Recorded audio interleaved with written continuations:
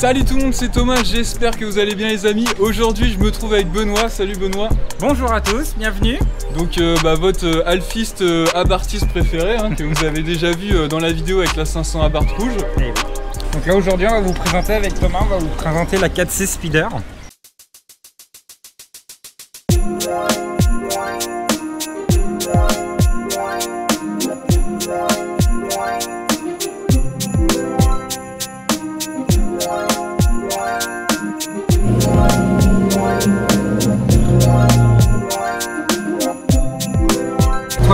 Tours minutes et on lâche le frein.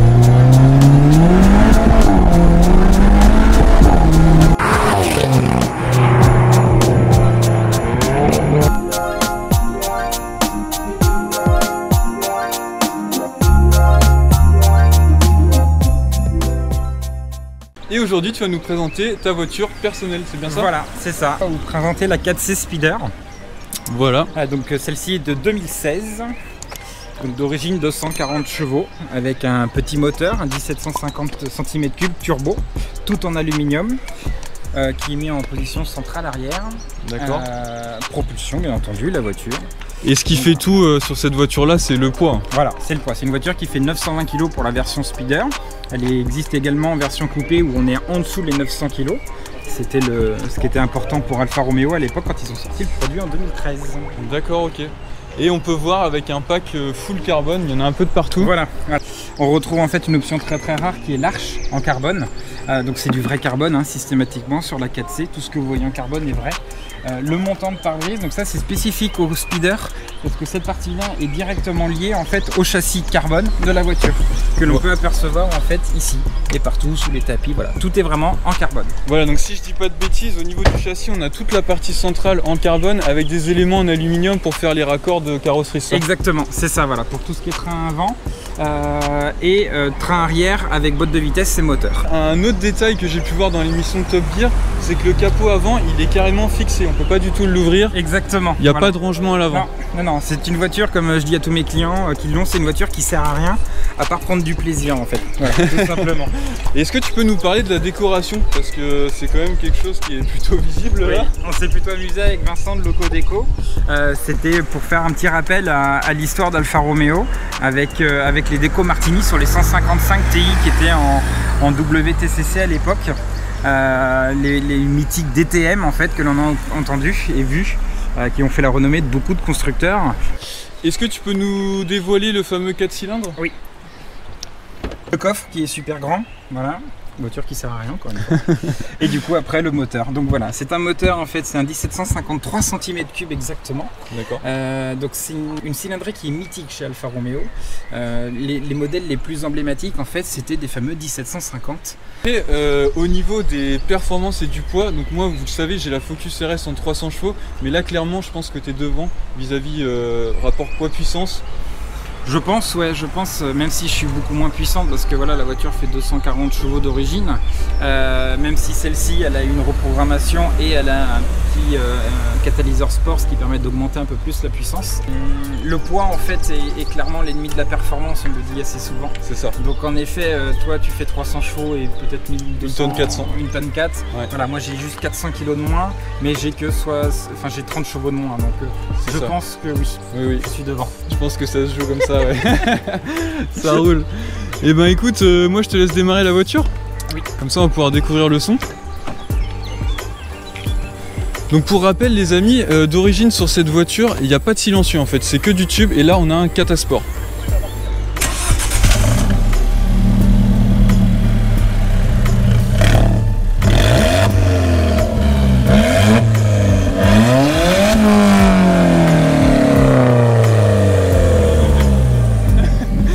En toute discrétion toujours. Toujours, voiture très discrète, comme la couleur, tout est, voilà. Passe partout.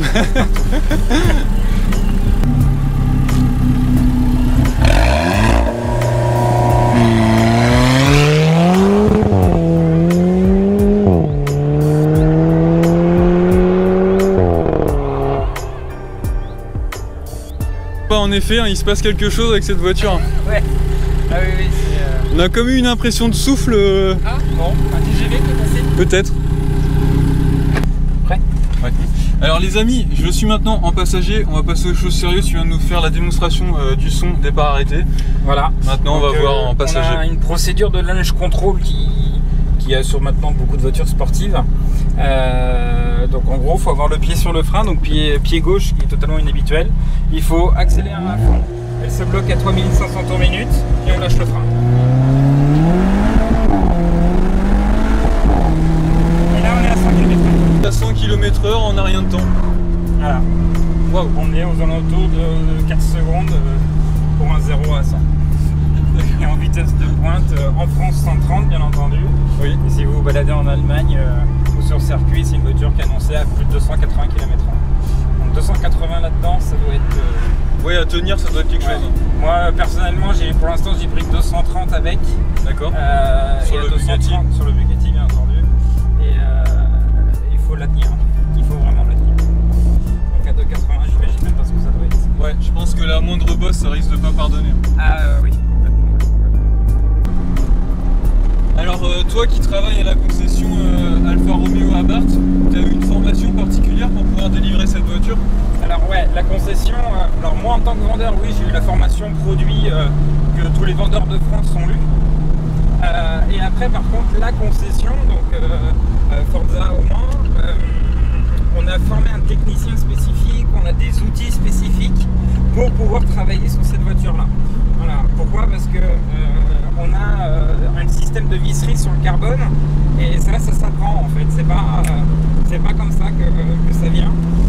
Comme aujourd'hui pour les versions quadrifolio VRD sur Giulia et sur Stelvio, pour les quadrifolio en fait on a une formation également spécifique sur ces produits là pour pouvoir les entretenir et assurer les garanties.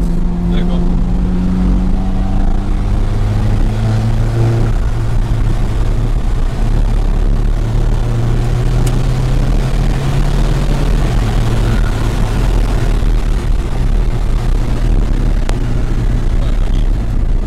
Et voilà, et là tu vois, deux petits virages un petit peu sympas, on était à 90 km/h, 100 km/h maximum en fait, et par contre on avait l'impression d'être à 300, voilà. Ouais, Et c'est ça qui est vraiment agréable avec cette voiture là.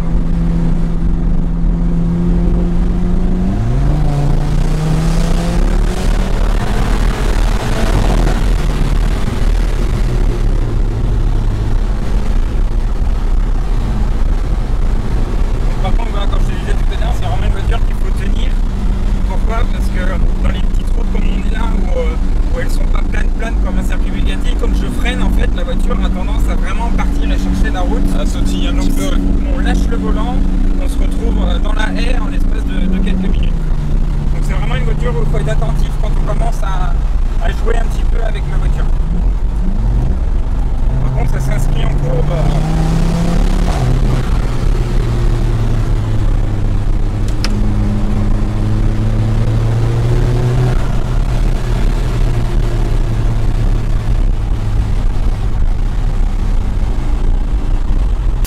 Donc Benoît, bah, tu m'as proposé de conduire la 4C. Bah oui, t'as qu'à faire. Donc bah, c'est super gentil, je m'attendais pas à ça. Donc on va pouvoir découvrir la bête. Et bah, c'est parti, on s'installe. Allez, on y va. Allez. C'est tout de suite plus sportif pour moi. Alors c'est vrai que le pédalier il est quand même relativement loin. Le pédalier est assez loin, ouais. Ouais. Et vu qu'on reste sur une boîte automatique, C'est un petit peu plus simple également. Ok. Donc bah là je passe de la Giulia à la 4C du coup. Exactement, voilà. La montée en gamme elle est pas mal. Elle est pas mal, ouais. Tu vas perdre un petit peu d'équipement parce que celle-ci n'a pas de direction assistée. Oui, mais c'est pas grave, le plaisir est toujours là. Ok, ça marche. La clé je la place où? Ah, c'est à l'ancienne. Ah d'accord. Ça roule. Hop. Bon les amis, comme vous pouvez apercevoir, j'ai des cheveux qui sont bien aérés. Si on se retourne Benoît, ça se passe comment pour le constat? Là, c'est ma tête qui amortit là, non? C'est voilà, c'est ça, c'est ta tête et puis après on verra. C'est bien. Donc soit tu rentres la tête dans tes épaules et ça devrait le faire.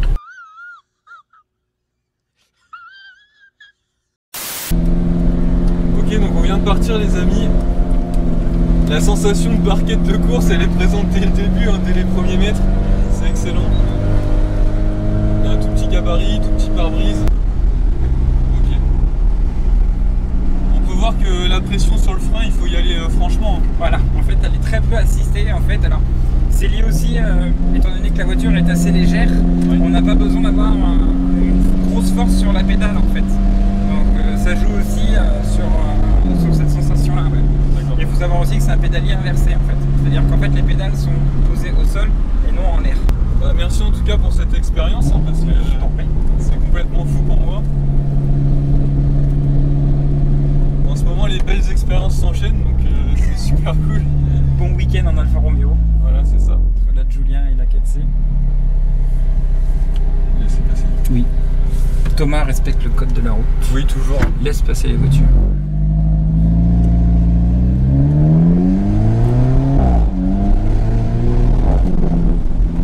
Ah, ce que j'adore en fait avec les échappements libérés en boîte automatique, c'est le son à chaque passage de rapport. Ouais. C'est vraiment unique. Hein. Voilà. En fait, pour que la vitesse passe encore plus vite, le système fait que en fait, elle coupe l'injection. Donc du coup, on crée une déflagration en fait au niveau de l'échappement. Étant donné que la mienne, du coup, elle a, pour faire simple, elle a un échappement libre, ça amplifie encore plus ce phénomène-là.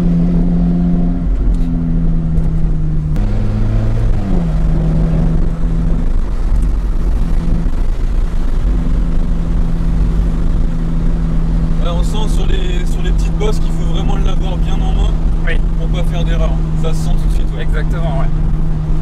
Et sachant qu'en accélération assez forte, elle aura tendance en fait à vraiment se délester de l'avant, étant donné que c'est une propulsion. Donc là, ouais, si tu lâches ou tu ne tiens pas fermement ton volant, ça peut être très dangereux très rapidement. Comme ça permet de me faire travailler les bras et je pense que ça me fera pas de mal. Là, on se balade à 80-90 km/h, on a l'impression d'être à 150 en fait. C'est ça, on prend voilà, plaisir. Entre le vent, le fait de la direction, et c'est ce que j'aime dans cette voiture là, c'est que parmi ces qualités sur piste qui sont juste géniales parce qu'on s'amuse comme un petit fou, parce que c'est une voiture où on peut freiner très tard, accélérer très tôt, du haut poids. On a surtout beaucoup de sensations en fait à la conduire. Et même moi là en tant que passager qui est la place que je vais très rarement, je prends malgré tout du plaisir. J'ai super peur. Et je sais que j'ai eu l'occasion de te voir rouler sur le circuit Bugatti. Oui. Tout de suite, ce qui me vient à l'idée, c'est au niveau décibels parce qu'ils sont assez stricts. T'as jamais été embêté? Pour l'instant, non. Pour l'instant, non. Voilà, on touche du carbone. Hein, voilà, non, pour l'instant, tout va bien. Ouais, on touche du carbone, ça on peut le dire parce qu'il est vraiment super présent dans l'habitat comme on en retrouve partout. C'est excellent, si tu veux.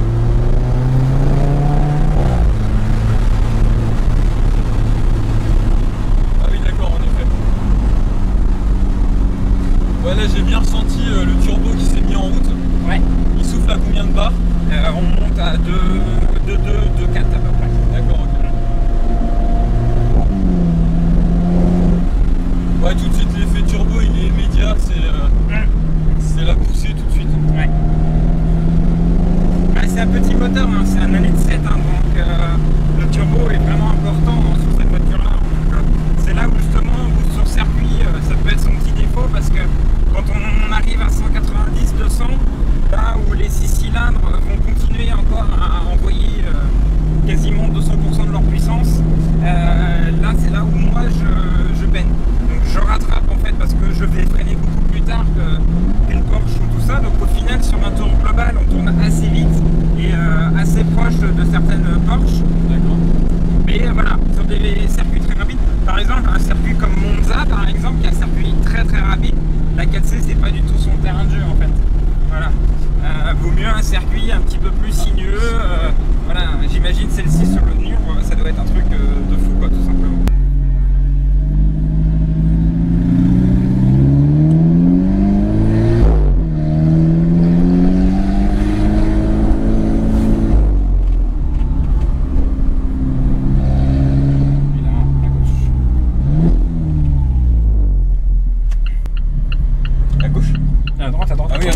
Oui, enfin l'autre gauche quoi. Ouais, l'autre gauche. Et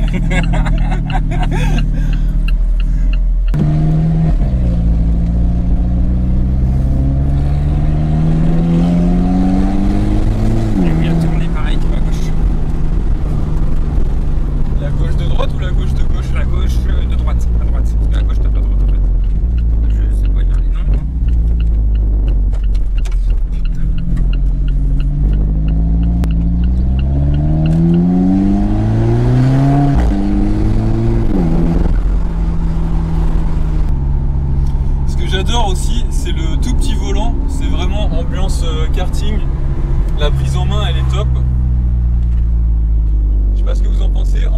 design il est sympa, on a comme un méplat si je puis me permettre en bas.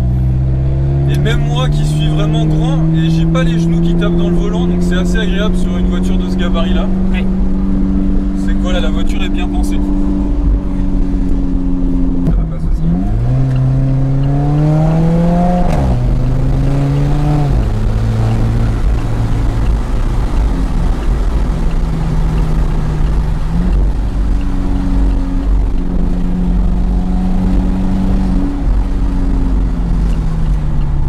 On va terminer cette vidéo à l'église. Je pense qu'on va pas tarder à couper le moteur quand même. Impeccable. Comme ça tu vas pouvoir nous raconter un petit peu ton parcours automobile. Environ 10 ans que je suis réellement chez Alfa Romeo. Donc voilà, je m'occupe d'Alfa et d'Abarth. D'ailleurs, je peux dire que j'entends beaucoup de bien parce que tu chouchoutes tes clients, tu es passionné de la marque et j'ai souvent des bons retours, notamment sur la vidéo avec l'Abarth parce que voilà, on ressent que tu es passionné et que tu aimes aller dans toutes les caractéristiques de la voiture. Tu connais les voitures que tu vends clairement. Il faut savoir en fait que chez Alfa et chez Abarth, je vais pas dire que c'est les mêmes clients, mais ils sont assez proches dans leur typologie. C'est des clients en fait qui savent ce qu'ils achètent. Et c'est des clients qui n'achètent pas qu'une remise ou qui n'achètent pas qu'une image de marque comme on peut avoir chez d'autres constructeurs. Ils achètent une voiture qui leur fait plaisir. Les Alfa c'est pas des voitures premier prix, les Abarth non plus. On n'est pas non plus sur des prix affolants les 6 chiffres, mais c'est quand même, faut être honnête, hein, c'est pas spécialement donné comme voiture. Donc quand on fait le choix d'une Alfa Romeo ou d'une Abarth, forcément on a des attentes spécifiques et je me dois en fait d'être le plus professionnel possible. Et j'estime que quand vous mettez 50, 60, 70 000 euros dans une Giulia ou un Stelvio, connaître un petit peu la voiture, c'est un petit peu important, je pense. Alors c'est vrai que ma particularité en effet, c'est d'être passionné de la marque parce que j'aime vraiment cette marque-là. C'est pour ça aussi que ma voiture est une Alfa Romeo. Puisqu'on le rappelle, c'est ta voiture personnelle. C'est ma voiture perso, ouais, voilà. Ça a été mon petit kiff de mes 28 ans. Voilà, depuis que j'avais découvert cette voiture-là, je peux même vous dire la date, c'était le 8 octobre 2013 à Avignon, à la formation produit justement. J'ai appelé mon papa le soir en disant un jour j'aurai cette voiture-là et j'ai été très heureux l'année dernière quand j'ai dit à mon papa ça y est, j'ai cette voiture-là. Donc voilà, c'est vraiment une voiture. C'est vraiment une voiture qui pour moi est vraiment importante en fait, voilà. D'accord, une bien belle histoire, en tout cas félicitations à toi. Merci. Et puis voilà, on va se quitter à l'extérieur quand même, comme ça je vous donne un dernier plan de la voiture. Hop, clac clac. Donc voilà les amis, la sortie du bolide, j'ai été pas mal malmené quand même, hein. C'était une conduite assez sportive mais c'était super agréable, super expérience. On a profité des belles routes qui sont aux alentours de chez nous et voilà. Pour ce temps merveilleux en plus, donc là tout était réuni pour avoir une belle journée entre nous. Ouais. Voilà, c'est ça. Et puis encore un grand merci à toi, donc j'ai pu profiter de la Giulia qui est juste ici pour quelques jours avant la vidéo. D'ailleurs vous l'avez vu, c'est la vidéo précédente, donc encore merci à toi pour ceci. Mais je t'en prie. Et puis voilà les amis, je vous dis à la prochaine. Je vous invite à mettre un petit commentaire, me dire ce que vous avez pensé de cette vidéo, un petit pouce bleu. Si vous n'êtes pas encore abonné, je vous laisse le faire. Et puis voilà, on se dit à la prochaine pour de prochaines aventures. À bientôt. Merci Benoît, ciao.